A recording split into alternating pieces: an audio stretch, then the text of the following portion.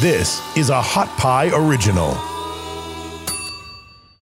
So here we go. The Biden administration is, old Joe tried, trying to spin its way out of the reality that the generous stimulus is discouraging people in some sectors from going back to work.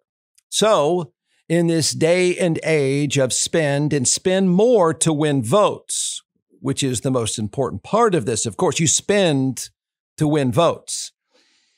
He's bragging about a plan. We have a senator who's now bragging about a plan. It's a badge of honor, you see, to encourage you to not work.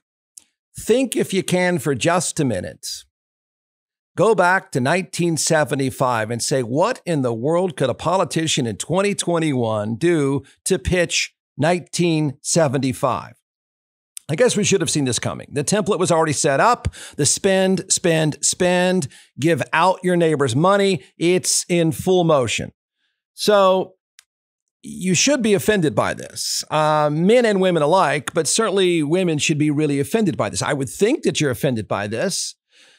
So I would categorize this as social engineering using the tax code. But of course, that's what politics is now. Now, I don't want to spend the entire time disagreeing about my weird thoughts on the tax code. We can at least find some common ground because we're not going to agree on taxes. We're not going to agree on loopholes. We're not going to agree on any of my thoughts, probably unless you're the 1%. We're not going to agree with each other on taxes in general. But step away from that. Can we agree and find some common ground that there is no market? There is no candidate. There is no voting bloc that wants a less spending, smaller government candidate. That's off the table. That animal no longer exists. We can agree on that. That is not the way politics works today. In fact, it's just the opposite. It is, I promise to spend more on you. That's how you get elected now. So I have a phrase, by the way, and I'll try it out. I don't know how often I'll use it, but it seems to fit in this particular case. And that phrase goes something like this.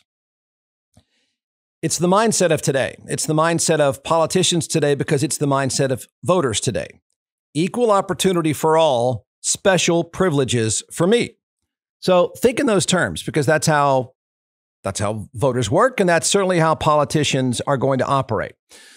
So what do our political heroes, our Republican political heroes, decide to do?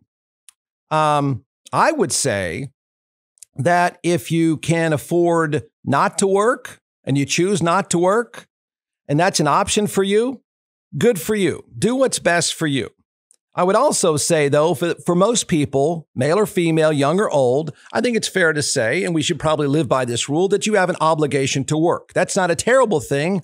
That's a righteous thing. We all have an obligation to have marketable skills. If you can step out of the marketplace for whatever reason, you have enough money, good for you. So here we go. Joe Biden has pitched a plan, $1.8 billion. Billions don't even matter anymore, but $1.8 billion as a child care plan. So Republicans, of course, have to counter that with their own version. Remember, spend more. So Biden pitches this plan. And Republicans, of course, had to counter this. And so they decided to go with their own version, which is June Cleaver. Who's June Cleaver?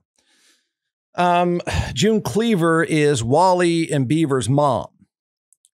Now, I don't know what she's doing while they're at school every day. You know, they're in school, so I don't know why June couldn't work. But we've now got a plan that is June Cleaver. So Republican political heroes think this is righteous. If you agree, I think that's a you problem. It's being called a marriage bonus. Yep. And they're proud of it being a marriage bonus, but there's a catch. Why would they do this, of course? Why would, to counter Joe Biden's plan, which is vouchers? I mean, the Joe Biden plan is, in essence, you get a voucher to get your kid in pre-K or daycare because you're working. That's a good thing. So Republicans have countered with the marriage bonus, proudly the marriage bonus. The marriage bonus is a bonus not to work if you're married and have kids. Married people with kids are just better, right? So that's what the tax proposal seems to be saying. That's what the belief is. That's what 1975 is. So if you're married and you stay at home, you must be better. So we need to give you some money. Hey, I'm here with John McClellan, the creator and founder of ATX Hot Sauce. And when I say that you started this, maybe not screwing around in your kitchen, but maybe not that far removed from screwing around in your kitchen. So talk about the creation, the process, the dream that came out of the pandemic. It's from Austin, from Texas. There's not a lot of hot sauces out there that are actually from here. There's a few great ones too. But, Frank's and Tabasco and some of these other ones, I want something that's Texan like me. It's different. And I think that's what Texas is a little bit about. That's what Austin's about. So that flavor first, without the vinegar, and then going into the heat after that, but not a blow your head off heat. If you notice, a lot of the hot sauces out there that you see are like Da Bomb or Death's Door, right? Yeah. And they're just supposed to blow your head off when you do it, when you taste it. Well, that's not the kind of hot sauce that I'm making. I'm making a hot sauce for the everyday person, for the condiment for every single day. And that's why the flavor first, heat second is so important, that you get those flavors, the nuances, whatever food that you're making. All right, order a box now. It's atxhotsauce.com, atxhotsauce.com. What and when did tax money become a bonus? When did that term even start to be kicked around? Why it's a bonus? I thought most people would say that paying taxes is kind of a necessary evil. I've never heard it reframed as a bonus, but we now have a bonus. So Biden's plan is a voucher plan. Biden's plan is it finds a way to pay for your kid to do pre-K or daycare. Josh Hawley, a Republican senator from Missouri, wants to help you out if you're married to not work. Because if you're married, you're more deserving of a bonus. If you're married and you have kids, you deserve a bonus. The plan is not a joke. In fact, he's very proud of it. It's a parent tax credit would award only wedded parents, because the rest of you are bad. June Cleaver. It would award only wedded parents $1,000 a month. That's real money. That's real money. So I think Josh Hawley wants Donald Trump's old job. And there's a point to this. There's a political strategy to this, which I think is pathetic, but it seems to be pretty clear. We can't debate tax policy because it's a waste of time, because you can't debate tax policy and percentages of taxes because that's a real waste of time, because it really is a shell game and just moving money around until you close loopholes and breaks. It's kind of pointless, right? Money is just passed along. That's really what happens. So Josh Hawley comes along and he's got to counter this Joe Biden plan by saying, hey, mom, 1975, mom, I've got something for you. So he channels 1975. And I don't want to pour water on this Nobel Prize winning idea, because I'm sure he's going to take home a Nobel Prize for taking everyone back to 1975. But you do know, I just want to make sure people know that $1,000 a month to June Cleaver, you do know the money comes from somewhere, right? I know this is hard to comprehend at this day and age, but the money does come from somewhere. So he's pitching this plan that it would pay you $1,000 if you're married and if you have kids. That's the criteria. That's where he gets to run around the country and say, vote for me. I'm giving this to you, June Cleaver. There's a guy by the name of J.D. Vance, who's also a Republican, to give you an idea of how this is playing out, how this is a winning issue, apparently. He's a Republican candidate in Ohio, I think. And he says, quote, it turns out, in pitching this idea that Hawley has come up with, it turns out normal Americans care about their families more than jobs. They want a family policy that doesn't shunt their kids into crap daycare. Yeah, take that. You may think it's a great idea. No, this is an awful idea. This is 1975 all over again. Now, it's saying that you want to return to 1975. You want to live like it's 1975. You want to think like it's 1975.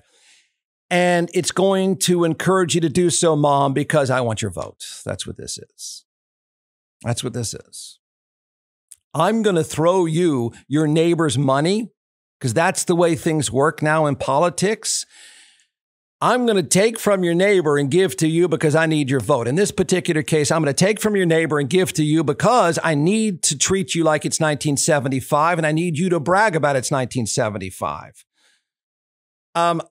If we were to follow the logic of this, if you think it through of where this marriage bonus is going, I mean, if it's such a great idea, let's sort of play this out. If it's such a great idea, and marriage is worthy of a bonus, marriage with kids is worthy of a bonus, then a better marriage with kids would be worthy of a bigger bonus, right?